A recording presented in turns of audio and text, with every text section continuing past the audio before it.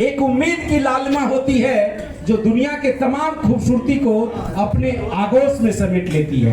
दोस्तों, एक वो भी वक्त होता है जब ओस की बूंदें बत्तियों को सहलाती है और घास का चादर बन करके बिछ जाती है। एक वो भी वक्त होता है जब बांसुरी के सरगम मन के सारे तारे को कुछ इस तरह से छेड़ती है कि उसमें अलग ही उत्साह और ऊर्जा का निर्माण होता है। आंखों और मन को सुकून देने वाले उजाले की पहली किरण को अंधेरों से कितनी और कैसी लड़ाइयां लड़नी पड़ती है, ये वही जानता है।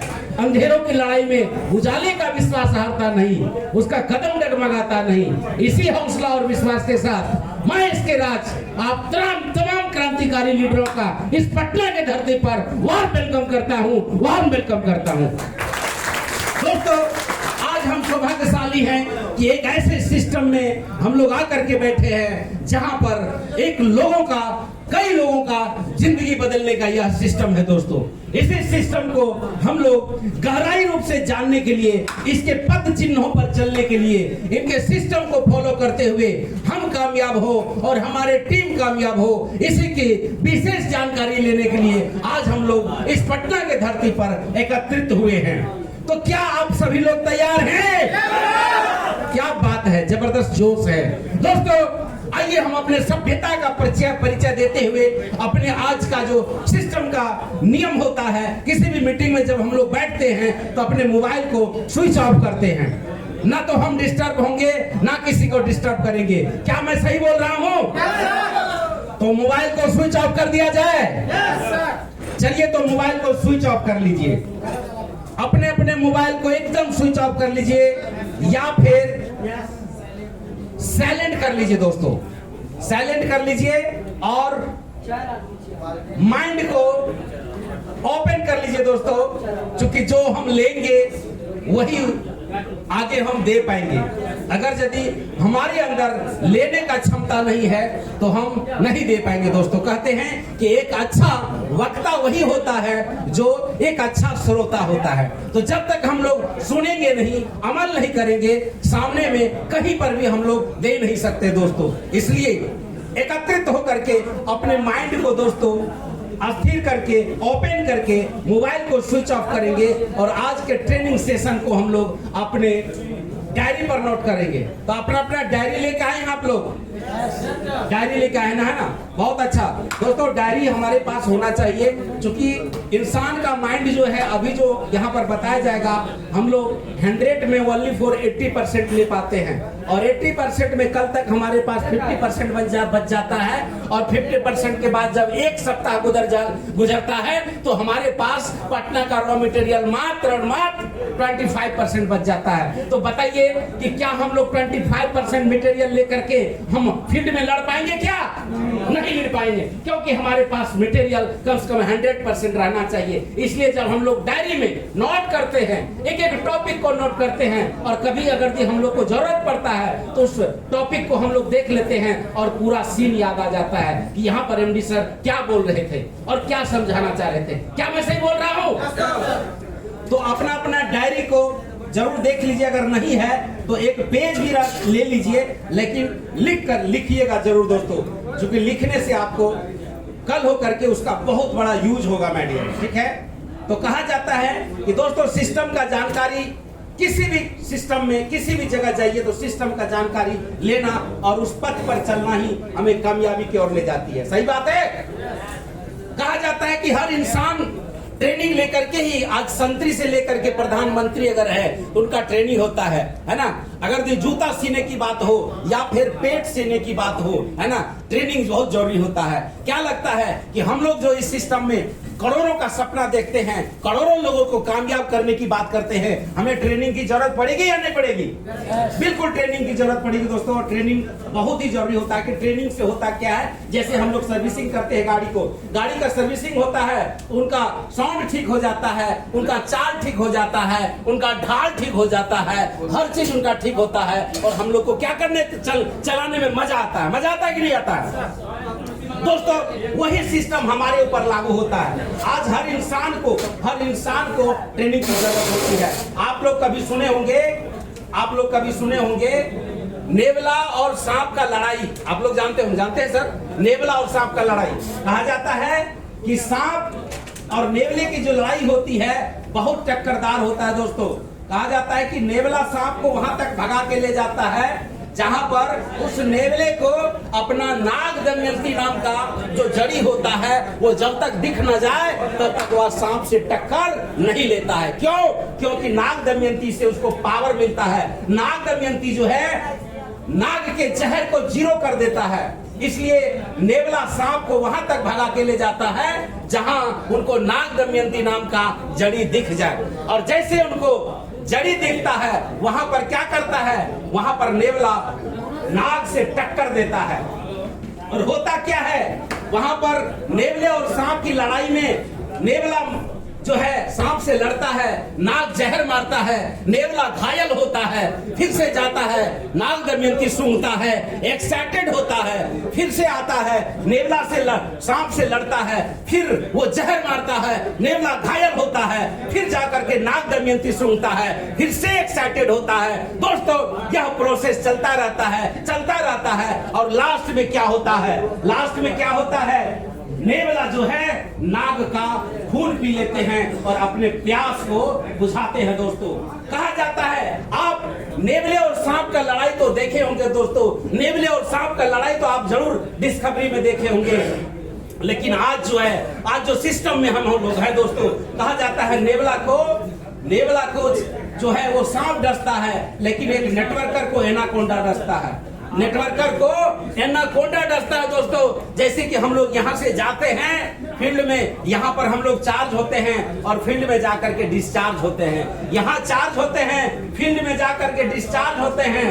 और एक दिन क्या होता है दोस्तों, कहा जाता है किसी भी डिवाइस को जब 1000 बार चार्ज और डिस्चार्ज के प्रोसेस से गुजार दिया जाता है, दुनिया उसको ट्रांसफार्मर के नाम से जानती है दोस्तों। तो हम लोग जो यहाँ पर आते हैं, चार्ज होते हैं, फील्ड में डिस्चार्ज होते हैं, चार्ज डिस्चार्ज का प्रोसेस गुजरते जाता है और एक दिन हम लोग ट्रांसफार्मर बन जाते हैं, हम लोग के अंदर निगेटिविटी खत्म हो जाती है।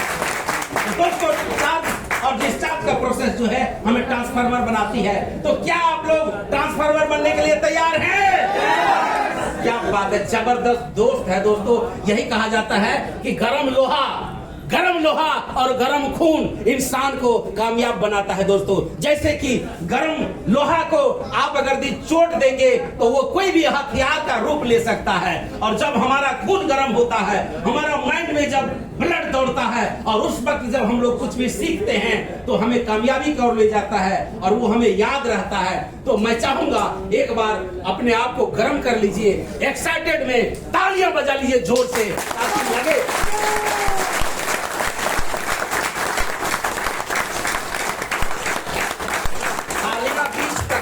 पीछे ताली नहीं बजा है, क्या बात है, जोरदार तालियां, बहुत अच्छा दोस्तों। ये ताली जो है ना, ये ताली क्या करता है, हमारे माइंड को एक्टिव कर देता है, कई बीमारियों का नाश करता है। ये मैं नहीं कहता हूँ, आयुर्वेद कहता है ना। आज जो आयुर्वेद है या कई सारे मतलब सिस्टम है जो बताता है कि इंसान जब सुबह ताली करे तो उनका कई बीमारी खत्म होता है ना।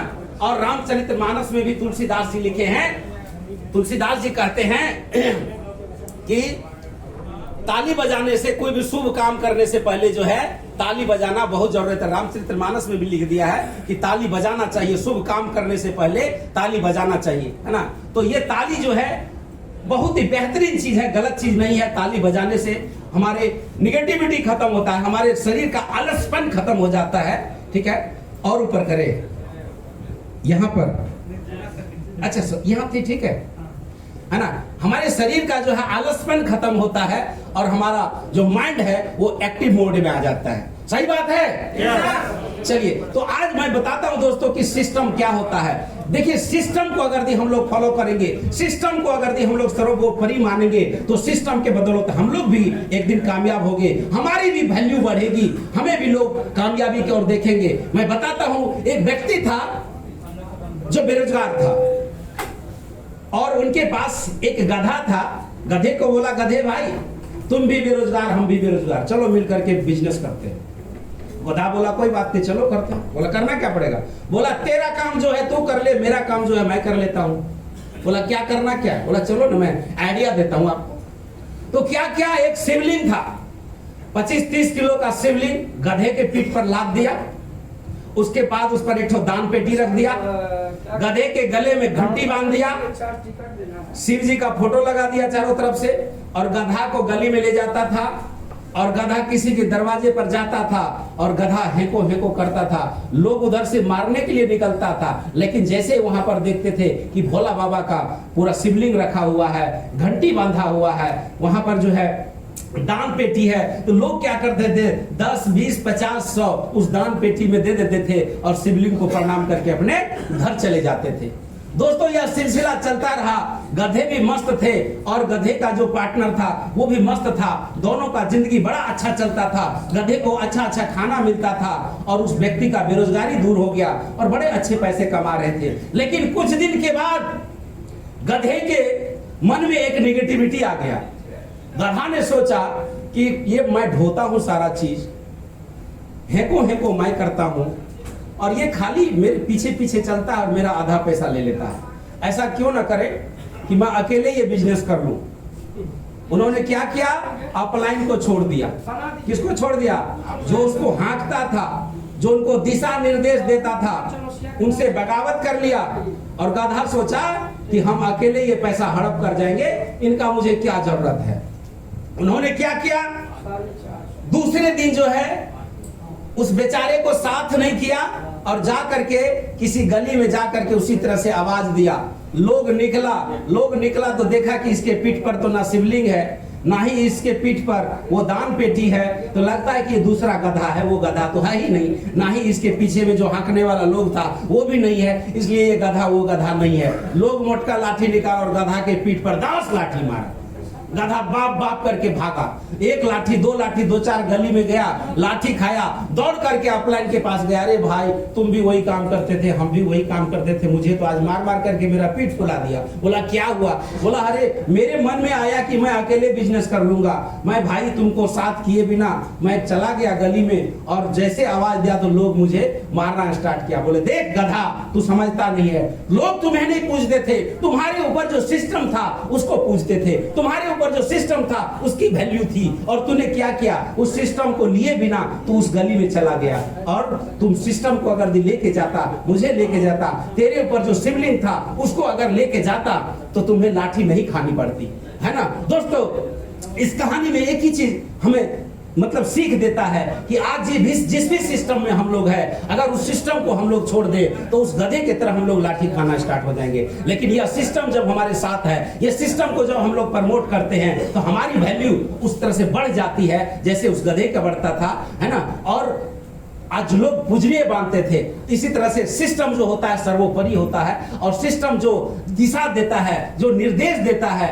जो एक पटरी तैयार किया है, उस पर हमें चलना जरूरी होता है। इसी के लिए जरूरत होता है ट्रेनिंग, है ना। ट्रेनिंग बहुत जरूरी होती है। ट्रेनिंग के बिना कहा जाता है network marketing is the not work, network marketing is the art. ये दोस्तों काम नहीं है, नेटवर्क मार्केटिंग एक आर्ट है, एक कला है। सीख के करेंगे मजा आएगा, बिना सीखे करेंगे सजा लगेगा।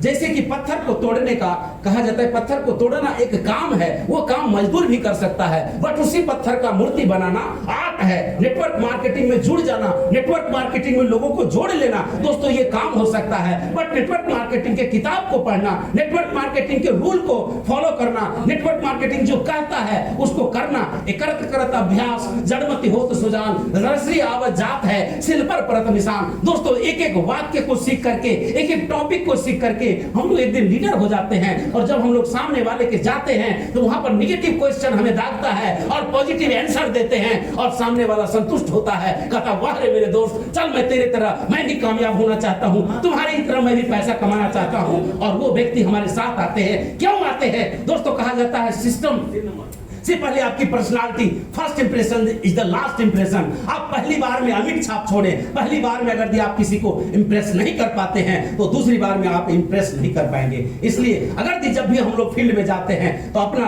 हुलिया को जरूर समझिए, हुलिया को जरूर देखिए कि मेरा दशा क्या है। क्या ये सामने वाला व्यक्ति हमारे जैसा बनना चाहेगा? सामने वाला व्यक्ति आपके जैसा तभी बनना चाहेगा जब आप बनने लायक रहेंगे, आप कॉपी करने लायक बनेंगे। अगर दिन लगेगा कि नहीं इससे बेहतर पहनावा मेरा है, इससे बेहतर मैं बोल रहा हूं, इससे बेहतर मेरा इनकम है, वो आपके जैसा बनना चाहेगा क्या? नहीं बनना चाहेगा। वो आपके जैसा तभी बनना चाहेगा जब आप उससे बेहतर होंगे, और उससे बेहतर बनने के लिए आपको ट्रेनिंग की जरूरत है मेडिया, आपको ट्रेनिंग की जरूरत है, ड्रेसिंग सेंस की जरूरत है, बोलने का जरूरत है। जूता पहनते हैं तो उसमें पॉलिश होना चाहिए, हम जो कपड़ा पहनते हैं आयरन होना चाहिए, है ना। कहा जाता है कि ये सारे चीज जो है हमारा क्या है, कहा जाता है हमारा जो लिबास है ना वो हमारा परिचय है, लिबास हमारा परिचय है, वही शोरूम है दोस्तों। क्योंकि शोरूम दिखता है, जो दिखता है वही बिकता है। तो हमें इस तरह से जरूर अपने ड्रेसिंग सेंस का ख्याल रखना चाहिए। नेटवर्क मार्केटिंग में ड्रेसिंग सेंस बहुत इंपॉर्टेंट है मेडियर, बहुत इंपॉर्टेंट है। नहीं तो हर चीज देखिए, भिखारी को अगर दिया आप कोट पैंट पहना दीजिए, क्या उसको 2 रुपया देगा? कोई नहीं देगा। देगा क्या? नहीं देगा। क्या है? उनका एक लिबास है, उनका एक ड्रेस है। उसी तरह से नेटवर्क मार्केटिंग का एक ड्रेस है। मैं नहीं कहता हूं कि आप बहुत महंगा कपड़ा पहनिए, लेकिन जो भी कपड़ा पहनिए सलीके से पहनिए, तरीके से पहनिए, आयरन करके पहनिए, है ना। मैला नहीं होना चाहिए, है ना। कुछ लोगों का कॉलर फटा होता है ना। कुछ लोग चप्पल में चले जाते हैं प्लान दिखाने के लिए। दोस्तों हम लोग चप्पल में जाएंगे प्लान दिखाने के लिए, क्या लगता है उस व्यक्ति को कहेंगे आपको हम एक दिन करोड़पति बना देंगे, आपको एक दिन हम लाखपति बना देंगे। वो व्यक्ति ऊपर से नीचे देखेगा और एक ही बात कहेगा, मेरे भाई पहले तू तो बन जा, पहले तू तो बन जा। तेरा चप्पल जो है पता नहीं कितने दिनों का है, तेरा चप्पल में जो है एकदम पूरा सीमेंट लगा हुआ है, तेरे चप्पल में कीचड़ लगा हुआ है, और तू मुझे समझाने आया है कि नेटवर्क मार्केटिंग करने से जिंदगी बदलती है। दोस्तों देर न करते हुए अब जो है एक जगह पर खड़े होकर के हम एमडी सर का स्वागत करेंगे। Mister N K sir from